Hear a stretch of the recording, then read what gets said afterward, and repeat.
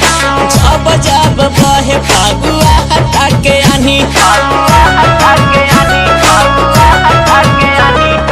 उमड़ है जवानी जैसे नदिया के पानी।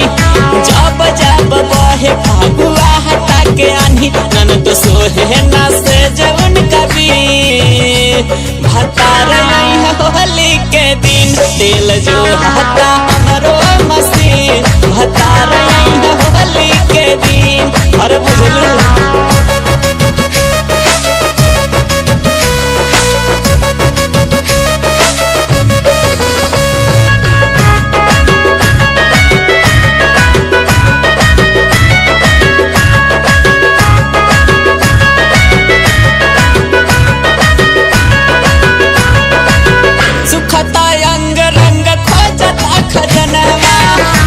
पिचकारी गीला हरी है सजनवा सुखता अंग रंग खोजता खजनवा मारी पिचकारी गीला हरी है सजनवा। छूटे है बदान नन दो टूटा तारे तन वही आले रह जाऊ से होई मिलान। रतिया काटा हता तार गिन गिन रतिया बीता हता तार गिन गिन हतार आई है होली के दिन तेल जो हता हमरो मसीन हतार आई है होली के दिन।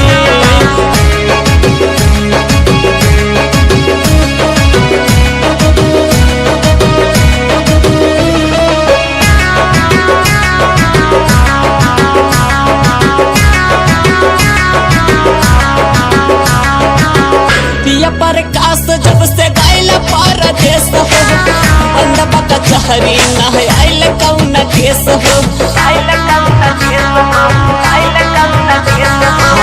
सैया शुभम जब से गायल परदेश हो बंदबा कचहरी न आइल कौन केस हो।